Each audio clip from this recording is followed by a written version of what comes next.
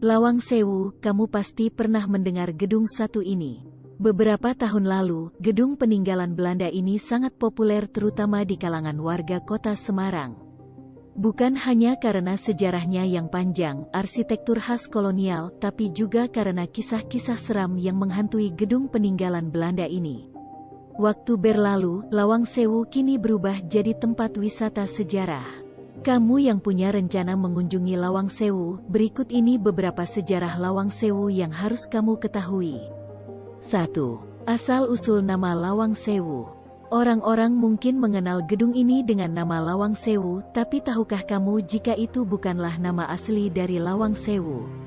Di awal pembangunannya, bangunan ini bernama Nederlands Indische Spoorwegmaatschappij.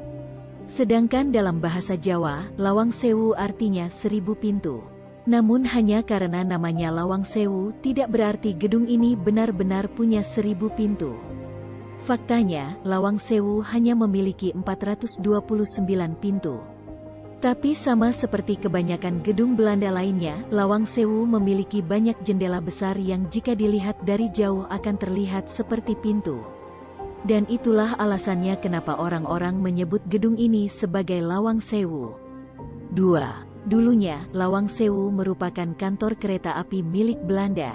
Berbeda dengan sekarang, Lawang Sewu dulu merupakan kantor administrasi Indische Spoorwegmaatschappij NIS, yaitu sebuah perusahaan kereta api swasta asal Nederland. Kantor NIS pertama berada di stasiun Semarang, tapi karena tempat itu tidak mencukupi, pemerintah Belanda akhirnya memutuskan membangun gedung baru. 3. Selain jadi kantor, Lawang Sewu juga berfungsi sebagai penjara. Di balik hingar-bingar pekerja perusahaan kereta api, Lawang Sewu juga memiliki sisi kelam yang jauh dari kesan sebuah perkantoran. Selain lantai 1 dan 2 berfungsi sebagai perkantoran, kantor ini juga memiliki ruang bawah tanah dan lantai 3. Lantai 3 berupa loteng dan ruang bawah tanah yang berfungsi sebagai penjara bagi para tahanan di masa penjajahan.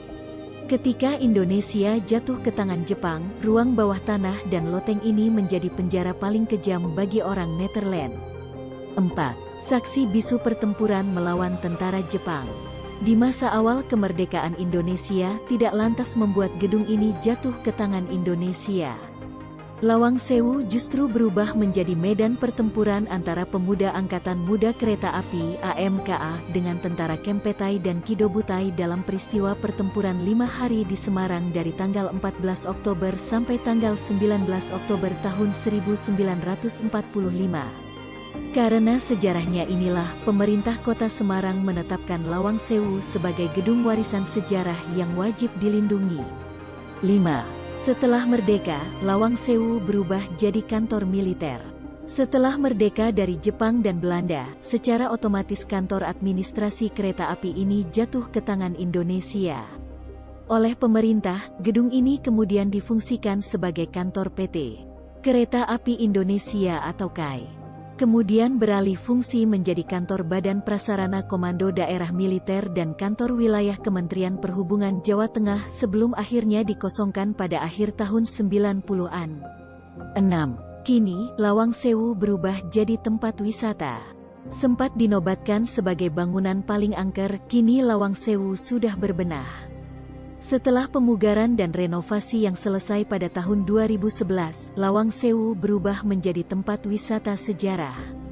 Tidak ada lagi ruangan gelap dengan berbagai penampakan menyeramkan. Yang ada adalah bangunan indah peninggalan Belanda yang kaya sejarah.